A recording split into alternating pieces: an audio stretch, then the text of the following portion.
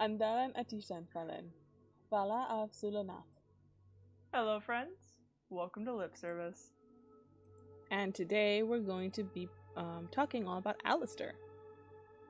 Yeah, Alistair Theirin, our first real companion in Dragon Age Origins. And today we're going to be talking all about Alistair. So, I guess where do we start? Just at the beginning? Yeah. Alright, well, Alistair Theirin was born on the 26th of Winter March in 910 Dragon in Redcliffe Village, where he was raised by Arl Eamon Gweren until he was 10 years old in 920 Dragon, where he was sent off to become a Templar. And then he met Duncan and became a Grey Warden before he took his final vows, only about 9 years after that. The Blight started 6 months after Alistair became a Warden. So Alistair's only like 19 in Dragon Age Origins. He's young as fuck. Extremely young. But yeah, no, he was also one of the he's the first Grey Warden you meet other than Duncan, because the game doesn't let you meet any other wardens, which is kind of annoying, but also just like, they didn't have enough time and characters. Yeah. And also what's interesting about his background is because he's the bastard son of King Marek by an elf, which no one tells him. He's half elf. Yep, he's half elven, and he was born of a mage, which is a huge no-no. But originally in Origins, as far as we know, he is the son of a random servant girl in Redcliffe Castle. That is what Eamon told him, that's what everyone told him. He even thought a terrible woman named Gordana was his sister. We don't find out about Fiona unless you read the Stolen Throne novel, I believe. I think so, yeah. That and Inquisition, you get hints of it. Yeah, you get some hints of it. If you side with the mages, and you get Fiona and Skyhold to talk. Which, okay, I'm not gonna go off on a tangent now. We're just talking about Alistair. But it is an interesting thing in Dragon Age lore. If someone is born half human, half elven, they look completely human. Not entirely sure how that makes any kind of genetic sense, because it doesn't. It doesn't at all. Not at all. The lore. Sure, yeah, even Sir Michel from the Masked Empire. Michel de Chavannes, yep. Yep, Michel de Chavannes was a half-elven as well. But the rest of this is basically what is considered canon throughout various novels and the comic books, because, of course, none of this could potentially happen in your particular Dragon Age world if, I don't know, you kill Alistair at the Landsmeet or send him off to be a drunk. And technically, or send him to die in Inquisition. Yeah, or technically any of those things. If also, if you're not playing Aiden Kuzlin, Aiden Kuzlin is the canon warden who survives and becomes like Alistair's highest advisor. He actually becomes a chairman or chancellor. So male Kuzlin is the great white guy white human male becomes the warden.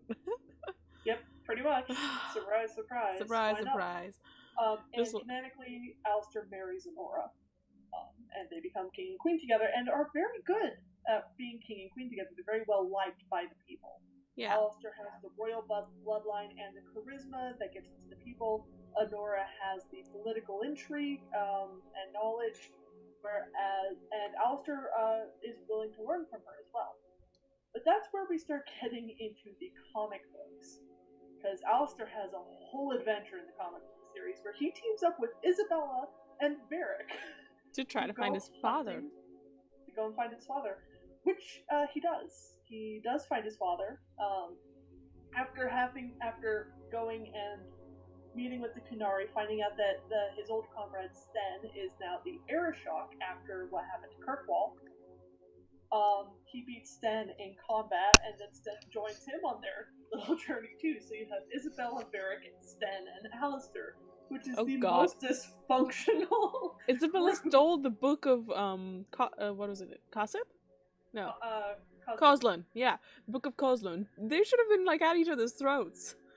They should have been, but it's just kind of ridiculous. Of course, after this happens, after he had visited Kirkwall, which you get to see in Dragon Age 2, basically, for foreign relations, considering so many Ferelden refugees end up in Kirkwall. Another small note, in 931 Dragon, so right after he became king, essentially, there was a formal investigation into his birthright, questioning whether or not he really was Merrick's son. It was inconclusive, he stayed king. Kind of boring information, but there it is. I mean, yeah, because a lot of people would like suspect Eamon of trying to wrangle power. Yeah. Because Eamon, listen, he might be a technically good guy, but he rubs me the wrong way. I mean, honestly, his wife rubs me worse. No, Isolde was just, yeah. She was a pious woman who was ashamed of the fact that her son was a mage. I don't like that. To be fair, in general, I have problems with overtly religious characters. Yeah. But also, Isolde was just... You can understand what Isolde wanted, where she was coming from, and she had no guile within her. Arl Eamon, you didn't know what he wanted. You didn't know exactly what he wanted. You don't know which way he's coming from, why he was so eager to back Alistair, why he's so eager to keep the Marik's line on the throne. I mean, from what we do know, Eamon was a very close friend to King Maric. But there's also the peculiar circumstances with Maric's bloodline, or the bloodline of King Calenhad. He wasn't dragon-blooded? He was. He drank dragon blood and became a reaver, and that dragon blood passed on through the generations, including into Alistair. Which is one theory why they believe Alistair may be able to live longer than the average woman, potentially, and possibly why he might be able to have children and stuff like that. So he has that dragon blood in him. So if our warden becomes a reaver, would they potentially be able to live longer? Potentially. It's just a theory. There's still not much in terms of exactly what the dragon blood in someone can do. Because we don't know exactly what dragons are. Yeah. I mean, as far as we know, there are some dragons that are like the old gods, like the archdemon. And then there are others that are just dragons. There's plenty of lore on just dragons. The women are massive, the men are really tiny, and they have huge clutches of children that not all of them survive. I mean, yeah. But that's basically all we know. And then we get to hear a little bit more about what happened in terms of during the time of Inquisition. Alistair offered refugee to the rebel mages, and they kind of spat in his face about that by allowing, the Tevinters in and displacing his uncle. Yeah. Yeah. Yeah. I mean, to be real, if Alexius hadn't meddled with time, they wouldn't have done any of that, but because he did, they did. Yep, but in the end, Fiona still made a bad choice. Uh-huh. She did, and now her son doesn't like her at all. To be fair, he doesn't know that he's her son. I know. But she's still giving bail. I think she knows she cannot say, but she still can't help but be concerned, because she knows she's a mage. If people find out that an elf-blooded, mage-born bastard son is king of Ferelden, that's just bad on top of bad on top of bad. I mean, yeah, especially considering people are already questioning his legitimacy as king. Yep. It's a good thing they put him with Honora. Yep, they put him with Honora. In canon, obviously, your own canon, you could have him with your warden, or married to Honora with your warden as his mistress. Or just by himself. And honestly, considering how royalty worked, Alistair having either a dwarven, elven, mage mistress, mage would probably be a little bit more scandalous, but not elven. A lot of kings, fooled around with elven servants and stuff. A lot of them raped elven servants. Yeah, it's not but pretty. It'd be funny if it was... Sorry. Having a mistress isn't necessarily a bad thing. Yeah, no. It's just expected. Yeah. And I'm just like, that's fine. And also it would be funny if there was a dwarven paragon who was with the... Oh, I've had that. Yeah. I've had that flavor. A dwarf became a paragon, and then she was Alistair's mistress. And all I can think of is like, well, that opens up trade to Orzammar pretty well. Yep, having liaisons. I don't think dwarf human children are very hard to have, I think, aren't they? Dwarf human children, once again, they just look human. In That's general, so if they're breeding weird. with a human, they always look human. If it's a dwarf and an elf, they almost always look dwarven. So elf is the recessive no matter Gene. what, apparently. Which makes no sense. Kunari is the weird one because there is no known half Kunari in Thedas.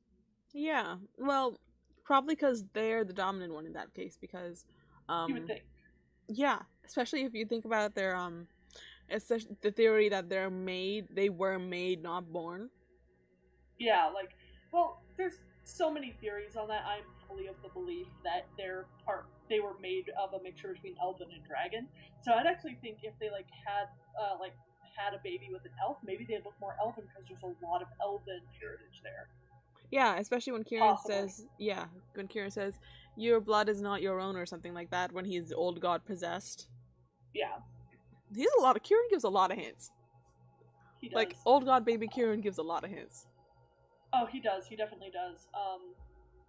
But I mean, you also get a whole lot of hints if you're just like, in my current playthrough of Inquisition, I'm being very completionist. I'm almost at the level cap, and I haven't even finished the main game yet. I hear that. Like, you're supposed to also level up in Trespasser, but like, yeah. I leveled up way before then. I was at level 27 way before then. I haven't even done Jaws of Hakon yet. Oh god. So I'm just getting all the good armor. Oh yeah, all the good armor. But you get all these different hints and things about various types of lore, which is one reason why we're doing this, so we can talk about these hints. But back to Alistair. Yes. So Alistair is definitely set up to be your best friend, the primary romance for any female players. This is one reason why I say Dragon Age is definitely aimed towards women. Because look at like the main romances of the games. You have Alistair, handsome blonde Templar who's kind of goofy. You have Anders. Let's be honest, he's like the pushed one for that one.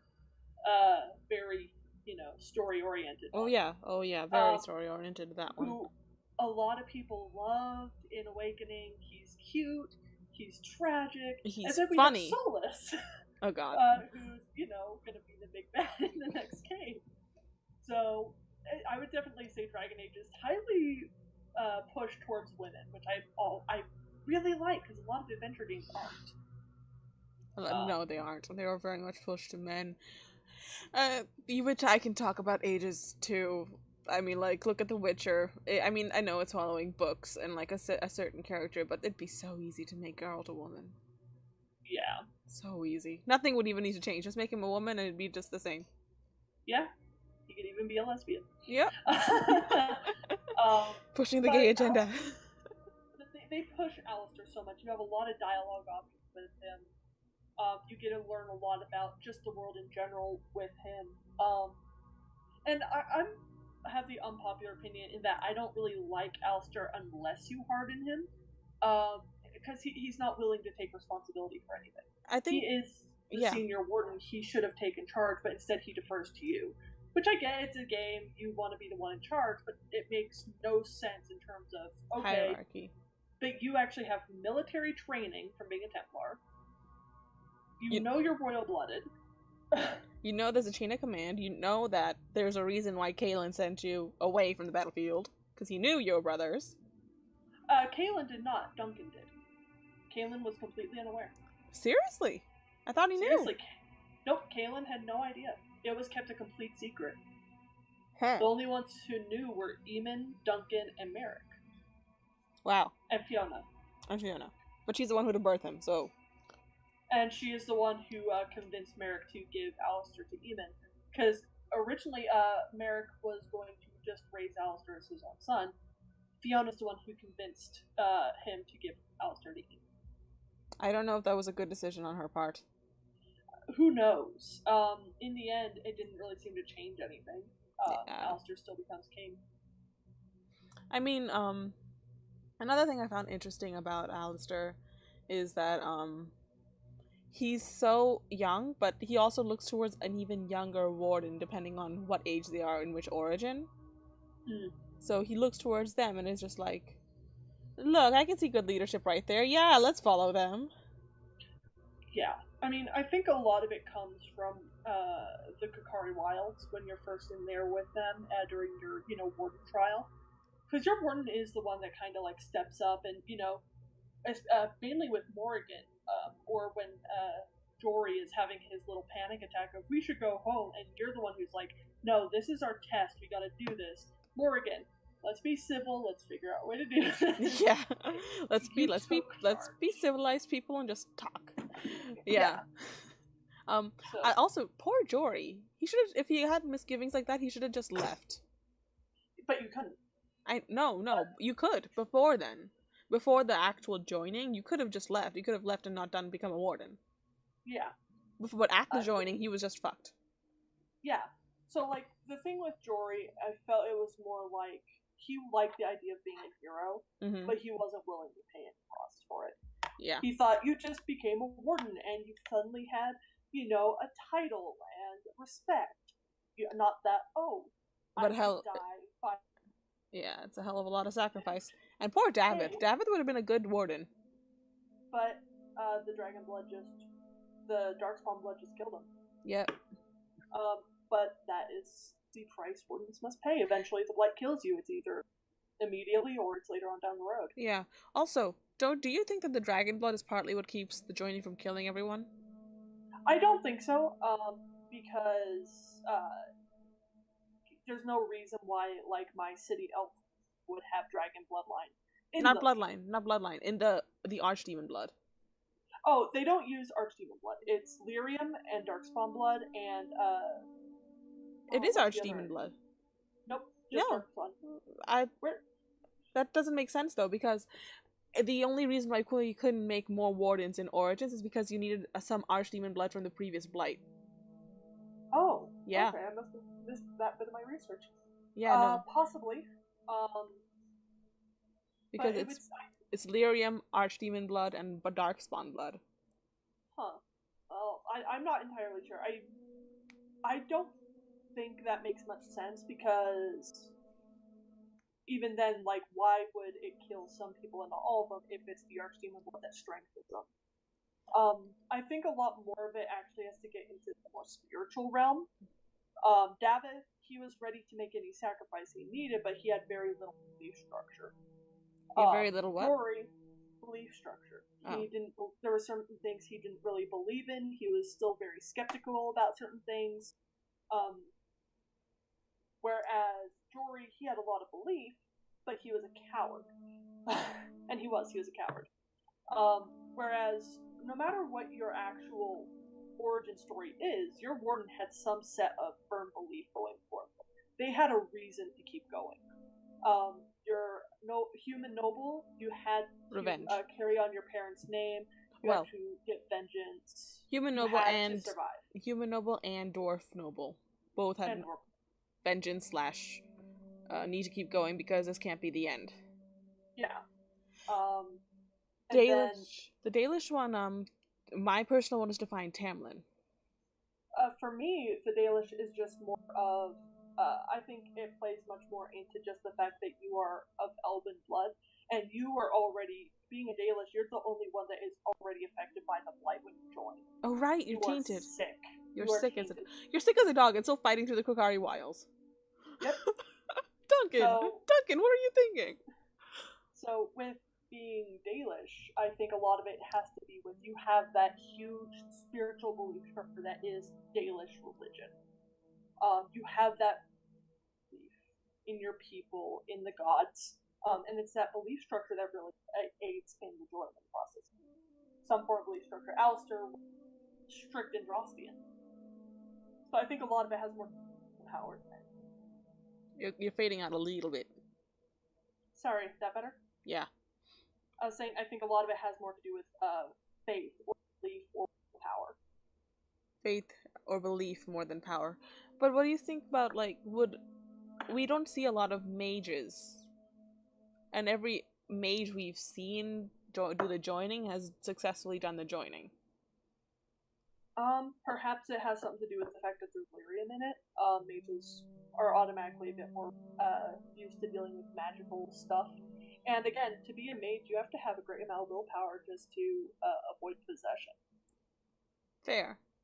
So I think, again, a lot of it has to do with inner will. Also, you know, well, we should go back to Alistair because we just got off on a tangent. I mean, Alistair and the joining kind of go hand in hand. Yeah.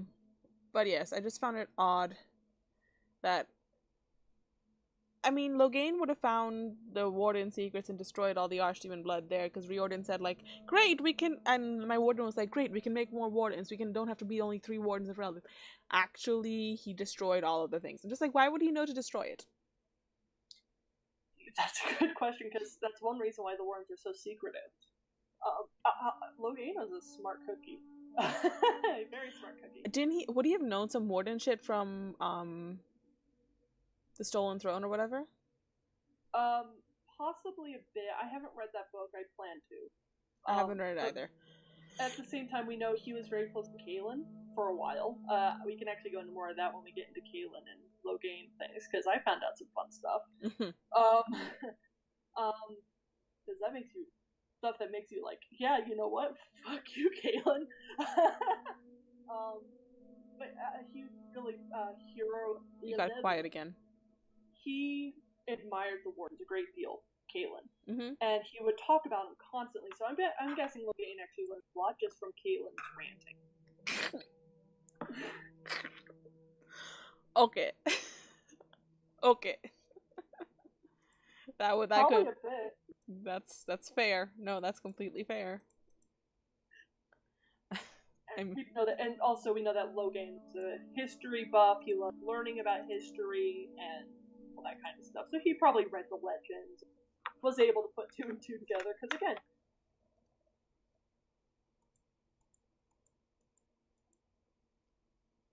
if you're saying something, I can't hear you. Because people will murder us. No, I just lost a good chunk of what you just said because my internet was being a bitch. Oh no. Oh yeah. Internet, you need to behave. It's like, I was saying we cannot talk about Alistair without talking about the romance. Oh yeah, no, we can't. Because all the ladies can have a romance with him, and it can get interesting. It can. The one time, I used to like Alistair, and I really only still enjoy him when I'm romancing him. Because his romance is very sweet. It's very cute, and it's very genuine. Although a lot of it comes off as almost hero worship, which is kind of creepy. But if you're playing a female Kuzlin and whatnot, and you're talking about, or any Kuzlin really, and you're talking to him about Dumpkin, and he's like, have you ever lost someone close to you? All I can think is like, I lost my entire family. Stop whining, you son of a bitch.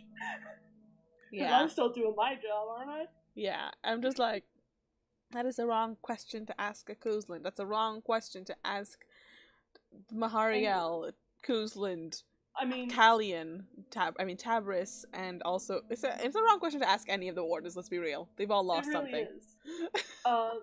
And the biggest thing for me though was like, you can tell it's like, yeah, pretty recently, and he's just like, oh, I'm so sorry, I was being insensitive. So like, at least he apologizes. He does, and I get it. He's grieving. But the Alistair romance is very sweet. It's very hard to not romance Ebron. It is hard not to romance Ebron. But I get why a lot of people like the Alistair one. I mean, he gives you a rose, and he's super sweet and romantic with you, and there's an ongoing theme of a lot of people's favorite romances leaving you at some point. What? In Alistair's, a lot of people's favorite romances, your romance option leaves you at some point.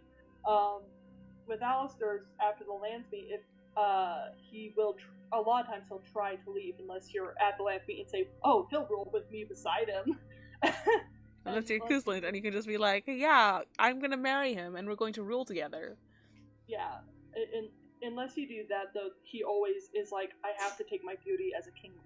And he'll leave you unless you harden him and convince him to take you as a mistress. Which is true. And then you have another favorite from Dragon Age 2 in Fenris, who is like, I can't do this, and leaves you. And then, of course, Fenris is understandable. Yeah, well, kind of. And then there's Solus. Fenris is a poor traumatized baby who's taking his anger out on the world. Yeah.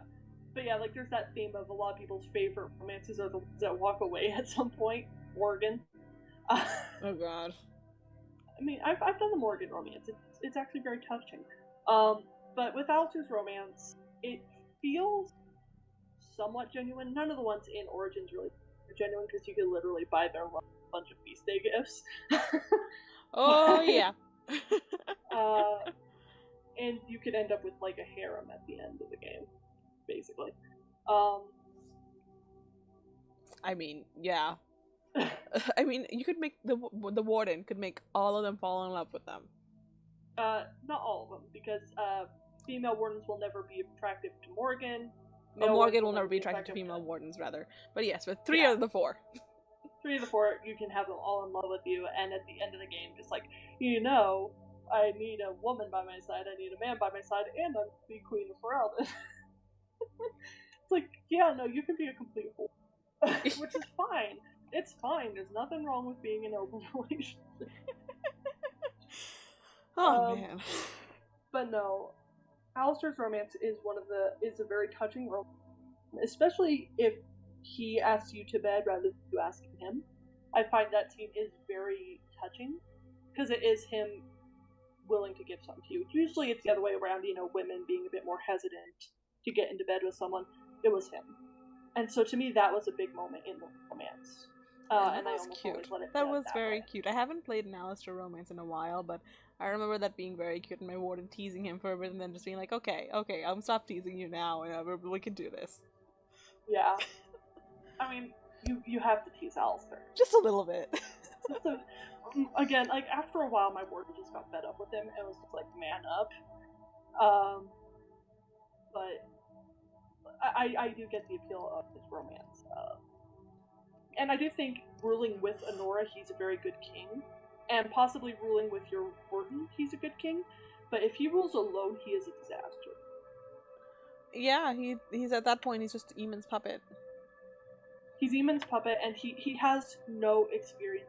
He was never raised to rule. He could try the best he can, but there's only so much you can do without knowing how it works. And then you get into the fact that he needs to try and work out political connections with Lay and Tiva. Maybe at some point in the future trying to reach out to Victor just to make sure they don't, attack. Foreign policy, I can't imagine being Alistair strong. Nope. So... romance, the Archdemon. What else about Alistair? Well, there's the connections he made with the other party. Mainly in Wind, kind of taking on the mother role for him. Very much so, because she's the one who will heavily tease him if you're romancing him. She'll correct him. She'll keep an eye on him. She's very motherly. Also considering that she herself had a child. Reese. Yep, Reese. Who was a mage, who was taken elsewhere. Then the whole system with the mages and family shit and is then bullshit. And then there's Cole's stuff with Reese as well. Yeah. Which I need to read that book too. I need to read all the books again. Except Mass Empire, I finally read that one. Oh god. Yeah, but I call bullshit on the whole Chantry separating the babies from their male parents. I'm not surprised though, because that's what religion has been doing in real life for years. Yeah. I mean, not to get political or anything, but America's doing the exact same thing. Oh, I know. So, it's bad. Yeah. Hopefully it gets better. It makes you really dislike the Chantry, which is, I think, what we're supposed to do. Well, actually, the weird thing is, Inquisition paints the Templars as the good guys, and the mages as the bad guys. And I'm just like, no! You can't paint the oppressed people as bad. And that's what they're doing with the elves, too. I know. I mean, to be fair, like, in a way, the Templars oppressed in that they were turned into addicts and then forced to do stuff in order to feed their addiction rather than getting them help. Yeah, the real bad guy's the Chantry. Too. The real bad guy's the Chantry. And it's not even the Chantry, it's the people in the Chantry. Because, like, Cassandra's right. The Chantry is built off of really good ideals. It's the people inside of it that are corrupt. Yeah, but at this point, you can't separate one without the other. Nope. Not unless send Cassandra in. Yeah. Or send like a hardened Liliana in, and she'll make blood flow from those walls. I'm all for Cassandra. Fine. I liked hardened Liliana. I like softened Liliana because I'm a bit more of a pacifist. Despite my warden, I do personally believe that you can get more through diplomacy rather than violence. No, that's fair. Niceness over knives. But like at the same time, my vindictiveness would go for hardened Liliana. My need for peace between everyone else, that would be softened Liliana. Yeah, but no, like I do feel like Dragon Age, where they're going really bad, is that they are going to start painting elves as bad guys. But I don't think, at the same time, I don't think they're really painting elves themselves as bad guys. It's more they're painting one elf as making bad decisions for the right reasons. Very much Magneto. Terrible decisions, terrible thoughts, but your reasoning is right. You want to protect these people that you love. The way you're going about it is really very wrong. Yeah. So it's not that they're bad, it's that they're following someone who made bad decisions, and they're following them because they're desperate. After a while, a certain number of oppression, people will make bad decisions. It's kind of the result of oppression. People will eventually just get angry rather than sad or scared. Yeah. So, as far as I'm concerned, it's a result of years of being abused. Centuries of being abused. Yeah. At the end of What? At the end of Origins, if your warden lives or dies, and you get a boon from them, from like the king, the Dalish get the land that's been blighted, but it's land. Yeah, they get a land of their own. They get Ostergard, which was blighted, which is just like, but blighted lands can be cured over time. Yes, they can be, but at the same time, it's just like the reason he gave it to them is because it was blighted. I'm just like, I see where you're going with this, but I also don't approve. And what does it say to you that clan ended up going to Kirkwall instead? Because it's the same clan. It's your warden's clan in Kirkwall. I'm sorry, what? The clan eventually goes to Kirkwall anyways. Oh, yeah. Because that's Meryl. Because Meryl. And then, the dwarves get more. The dwarves get more help from humans and Orzammar, which only works if you have Balin as king. Then the mages get more freedom. They get Templar, not watchdogs, but they get Templars as guards instead of watchdogs. They've earned their freedom from the Chantry. And then what was it? Shani becomes a ban, I think, if it's a elf, alien elf. Something like that, or like kind of like a council member, a representative. Yeah, or she gives an advisor, and maybe the father becomes a ban or something, which none of it lasts. It feels like. No, none of it lasts. In Trespasser, Tegan becomes a complete asshole. To be fair, after reading The Stolen Throne, I totally get why he is so pissed off at Orlais, because Gaspard tried to get him killed. I just wish I could have had my warden there during the whole trespasser stuff and just been like, Tegan, why are you acting like an asshole? I know, because he's like, when the Grey Wardens tried to gain power, we kicked them out of Rome. Like, and look at where that ended. Yeah, look at where you ended up that way. I'm just like, my warden really like, look, and you almost got killed by a blight. You almost got like overrun by the blight. Who saved your town from a kid who's possessed by a demon? Excuse you, Tegan. I know, everyone's so angry about what they did to Tegan. He got the full asshole over. But that's Alistair. I'm sorry, but that's exactly what my ward is going to be like during Trespasser when I write my fic eventually when it gets over there. Because she's just like, excuse you? You did not just say that to me. Like, I'm still working on my fiction. I'm still stuck on that one chapter. Get past this chapter so I can move. Which chapter? It's still the Inquisition Reborn. It's when they're reforming the Inquisition initially. I'm still stuck right there. Oh, which part? What are you tripping over? Just how to move forward without it seeming too clunky, because I'm at the point where I'm talking with the advisors. I'm switching timelines around, because, like, I'd probably meet the advisors. The Inquisition is officially restarted. Yeah, it wasn't started and then we meet them? Yeah, in the game. So I'm switching things around, and I think I finally reached a point where, hail all, the Inquisition is back, y'all. So, yeah. so I think I'm at that point.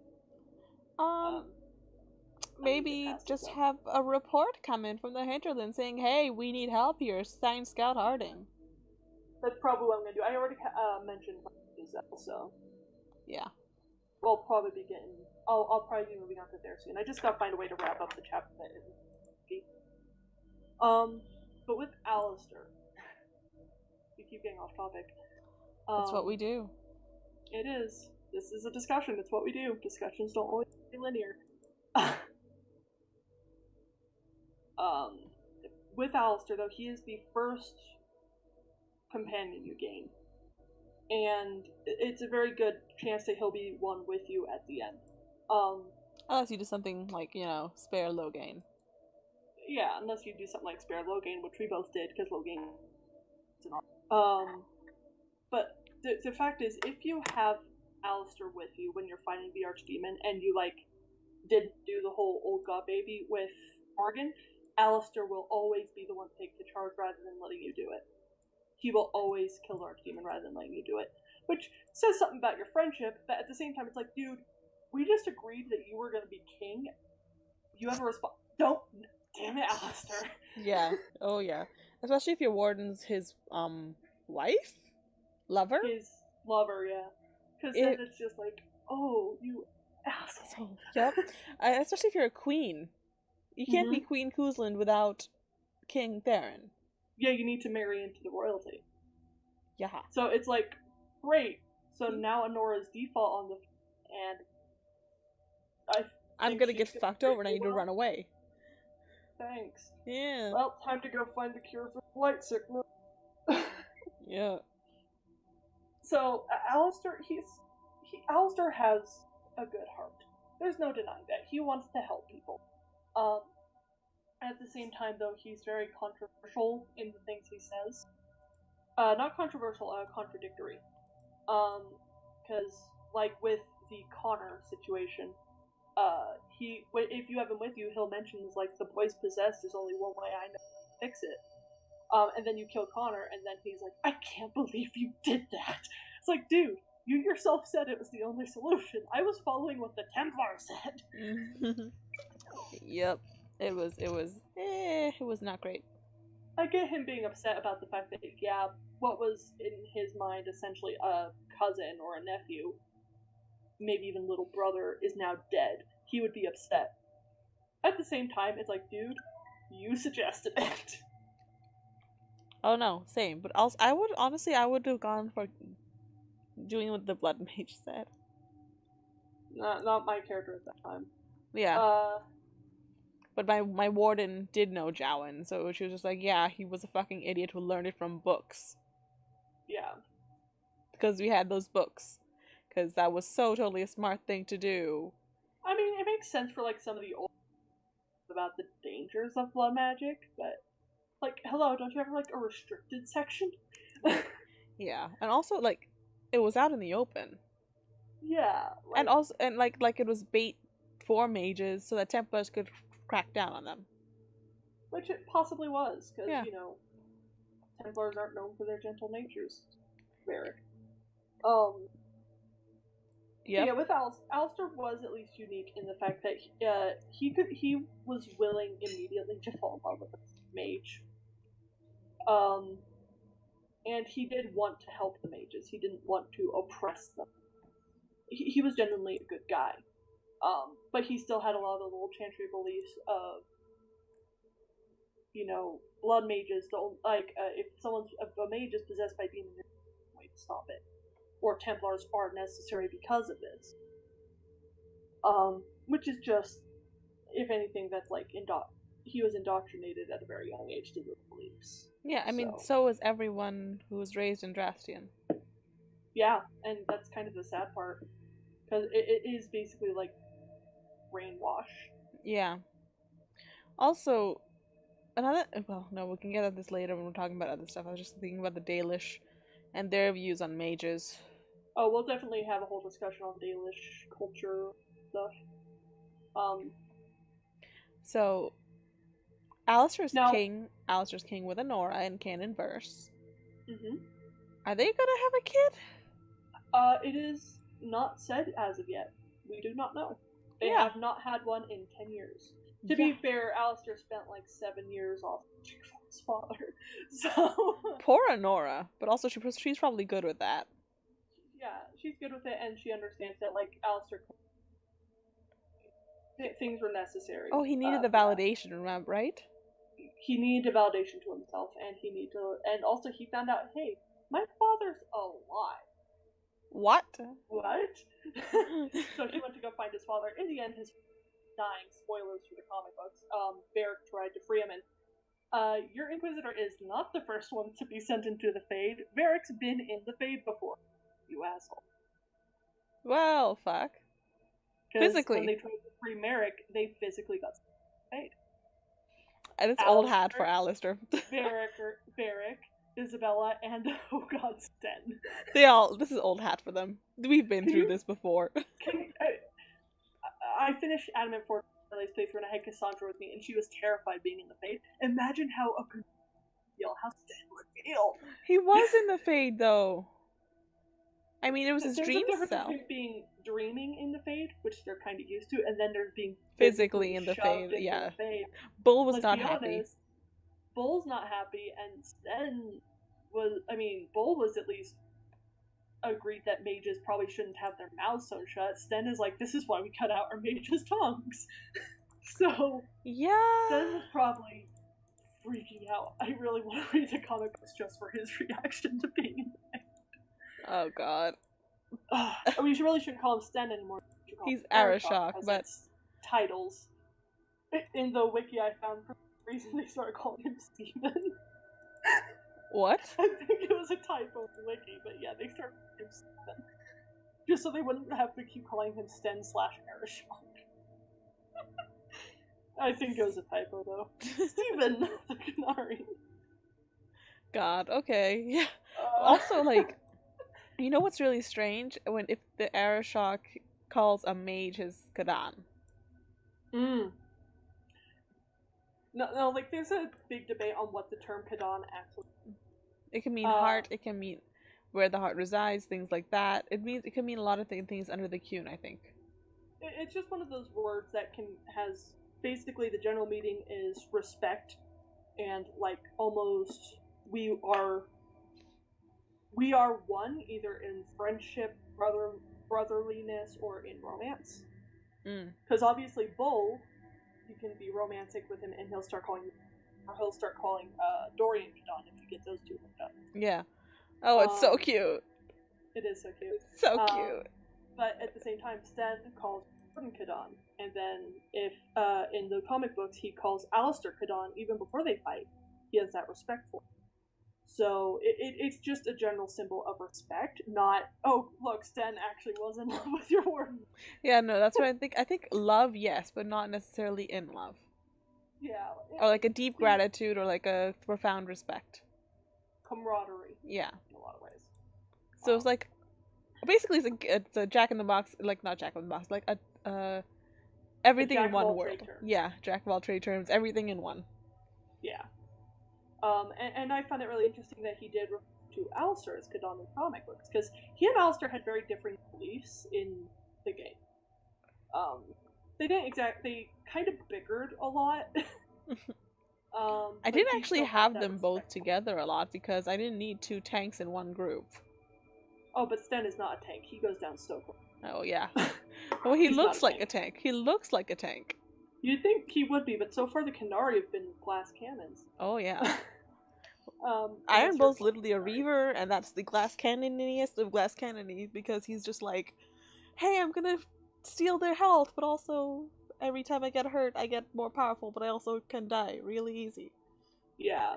The tank of the group is Alistair, Ogren, I never used Ogren. Ogren can be sort of a tank. What? Now that's actually back on the joining thing of power. How the hell did Ogren survive the joining? That's a question. Has he already just poisoned himself so much with alcohol that this is not to him anymore? Also, you know how all the dwarves live close to the taint? I think they're all semi-tainted. Yeah, they're all like they're used to living near Darkspawn, and they have resistance to lyrium already. Yeah. Because let's be honest, ingesting lyrium is dangerous, even for Templars. It has to be distilled properly. Diluted. Yeah. So lyrium's dangerous. Darkspawn blood is dangerous. Archdemon blood is dangerous. I'm just going also, with you can consider. Remember that flower from the Kokari Wilds? Mm-hmm. That you could use to save the dog? Yep. I'm just thinking, if you can use that to save a blighted dog, can't you use it to also save wardens? You would think so. Yeah, I'm just like...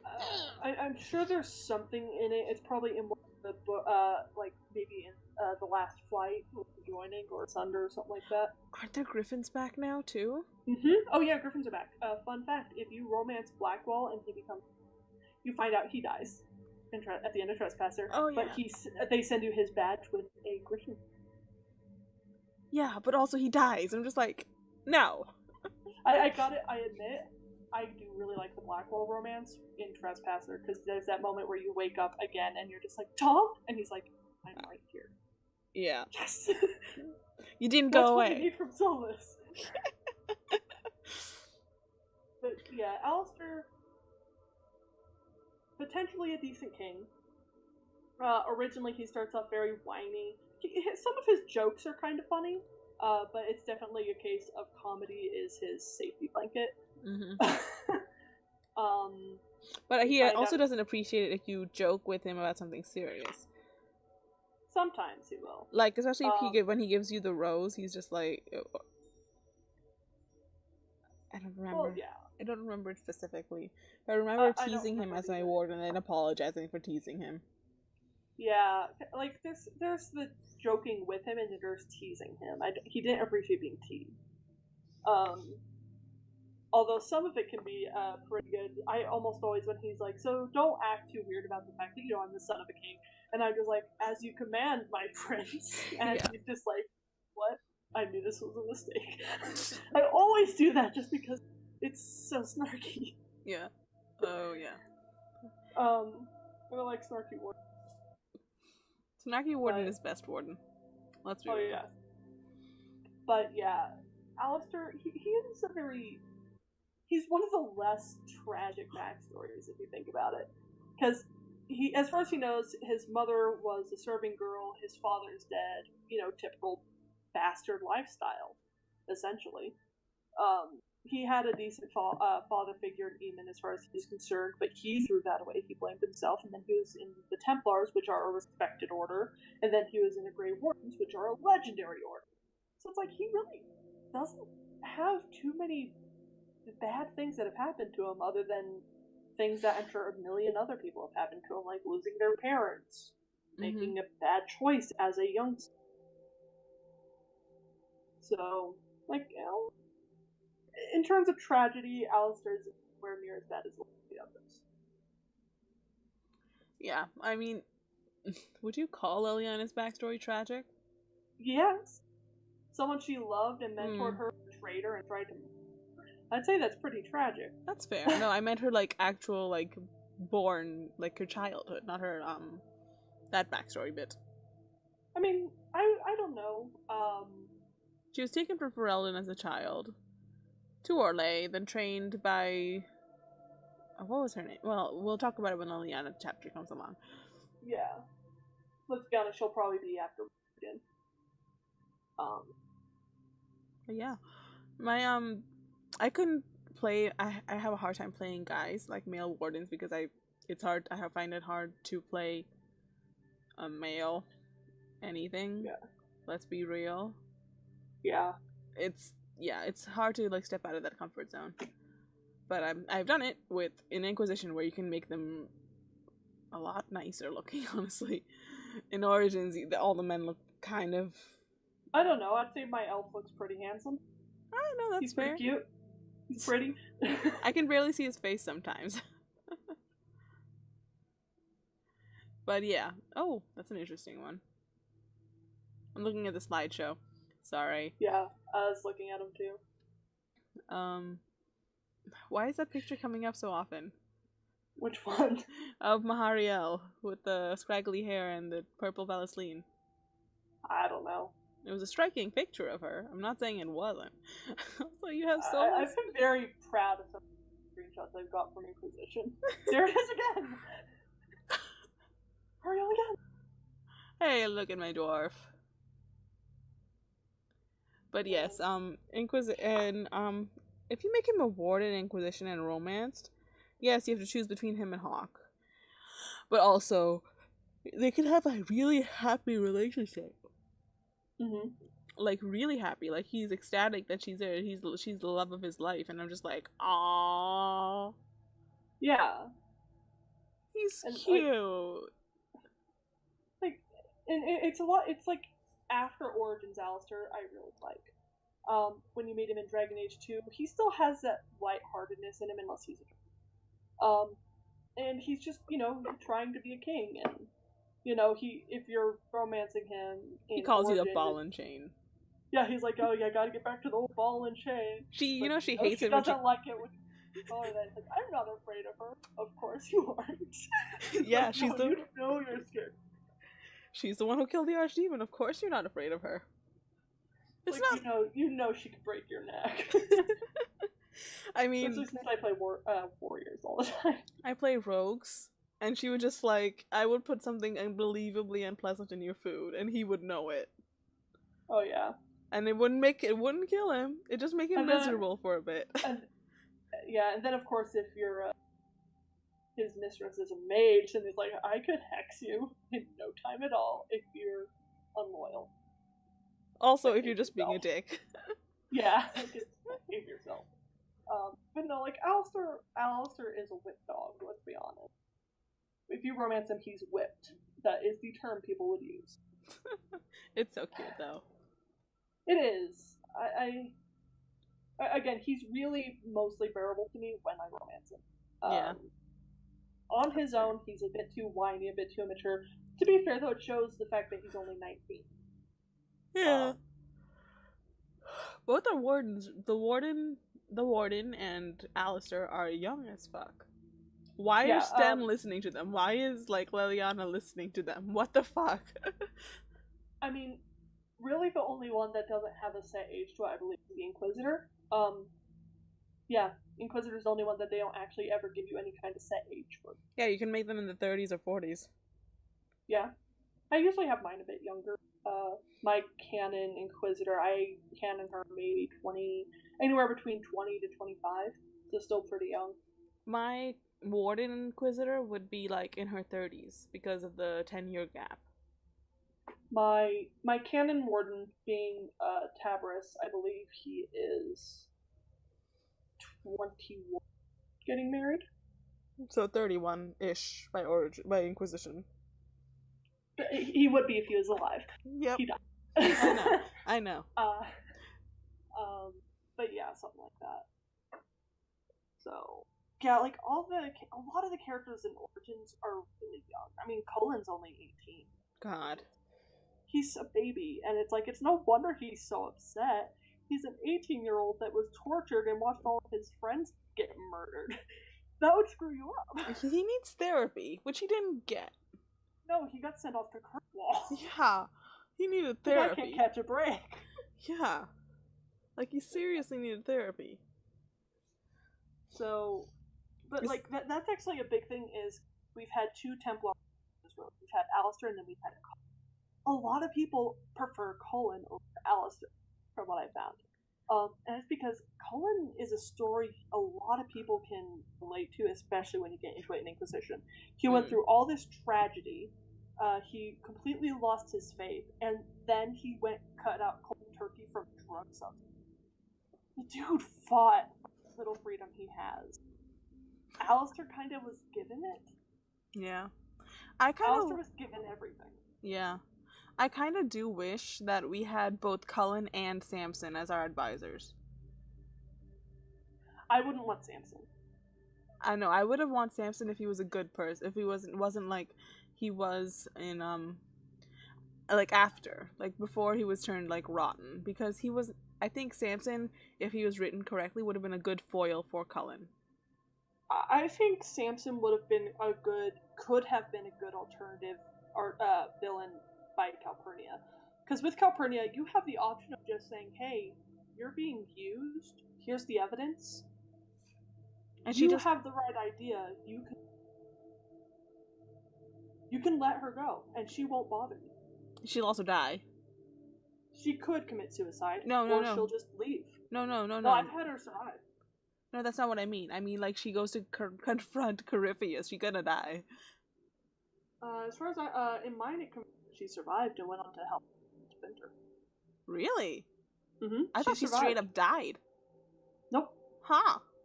She was able to postpone Corypheus by using the her, but she is fast and smart enough to get away. I didn't realize that. I thought she straight up died. Away. Nope, she gets away and she helps slaves into Winter. But with Samson, he's just batshit insane. You know, mwahaha, villain. Yeah, I think they could have so much better. Yeah, they could have written him better because he saw the bad side of the Templar Order, not the Mage. Mm-hmm. And especially since in the quest to like weaken his, you meet the Mage he helped. You meet Maddox, the Tranquil. You meet Maddox, who he continued to try to help, and it's like Samson is a tragic character. So much of the stuff that happened to him happened with addiction, rather than, capturing him and either executing him and all that. Help him find redemption. Maybe have Cullen help him break his addiction as well. The problem was he had the red lyrium, and that just... There's a possibility it could have killed him, but it maybe could have given him clarity before the end. Yeah, it's strange what red lyrium can do to people and to things, because red lyrium is blighted Titan's blood. Yeah. We already know the Titan's blood is both dangerous and also really powerful for mages. Mm-hmm. But heck, it's powerful than dwarves, who don't even have magic inherent.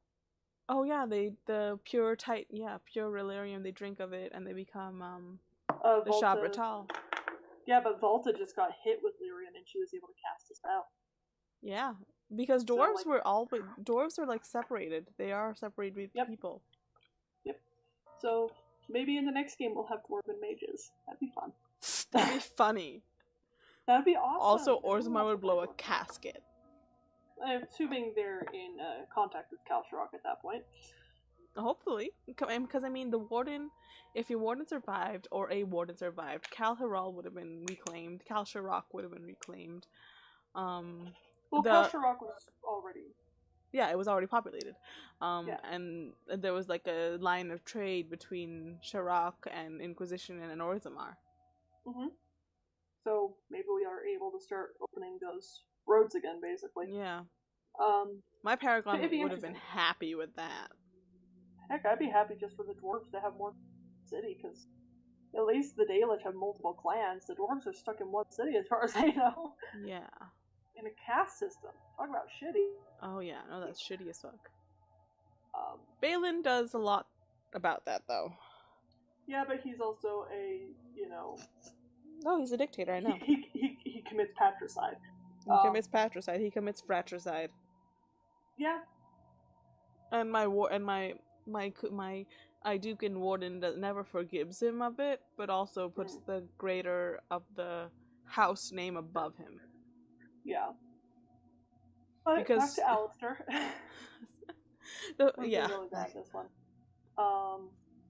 I can't really think of too much more to talk about with Alistair.